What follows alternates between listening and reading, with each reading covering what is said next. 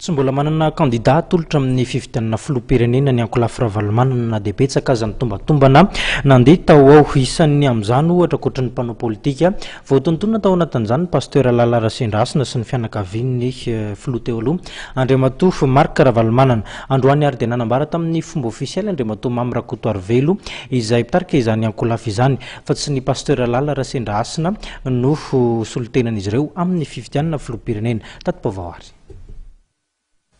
Tsy ny mpitandrina Lala Rasendrasina ny filohan'ny fiangonana FJKM no atolotry ny Ankolafy Ravalomanana ho candidat amin'ny fifidianana filoham-pirenena. Hoy ny filohan'ny CT sady mpitarika ny délégation ny Ankolafy Ravalomanana Andriamatoa Mamy Rakotoarivelo ary nomalihany fa mbola dinihana ny candidat ny Ankolafy. Tiako apetraka mazava fotsiny dia be dia be ny feo an-gazety sy miely etsy sy roa milaza fa hoe mety Andriamatoa pasteur président FJKM Rasendrasina no mety candidat atolotry ny président Marc Ravalomanana dia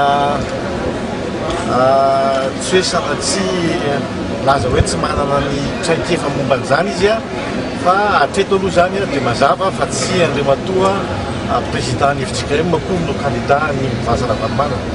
Mbola hifandinika izahay ary ho ambara aminareo manaraka ihany izay mety candidat eo. Eken'ny ao amin'ny Ankolafy Ravalomanana ve raha avy amin'ny fianakaviana Ravalomanana no atolotra candidat. Lalàna lany teto amin'ny tany sy ny firenena dia hoe tokony hipetraka enim-bolana farafahakeliny alohan'ny daty farany fametrahan'ny candidature présidentielle no tokony hipetraka eto Madagasikara ny olona izay hovidiana. Ateto aloha zany dia tsy mahafena an'izay fepetra izay raha matoa Ravalomanana Andriamatoa Tolja Ravalomanana mahafena an'izay fepetra izay fa araka ny namaraka taminareo omben'ombeny dia ny tokony teny farany dia ny filoha Marc Ravalomanana satria izy nanolotra an'izay heveriny fa afaka hisolo azy amin'izany fifidianana filoham-pirenena izany.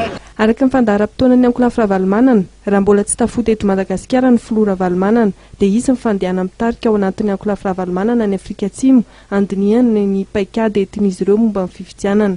Ny Ankolafy Ravalomanana izay manamafy fa tsy ampy ny fahatombombana ara-teknika fotsiny fa tokony hipetraka amin'ny fitoniana politika mialohan'ny fifidianana ahafahana mamany olana eto amin'ny firenena.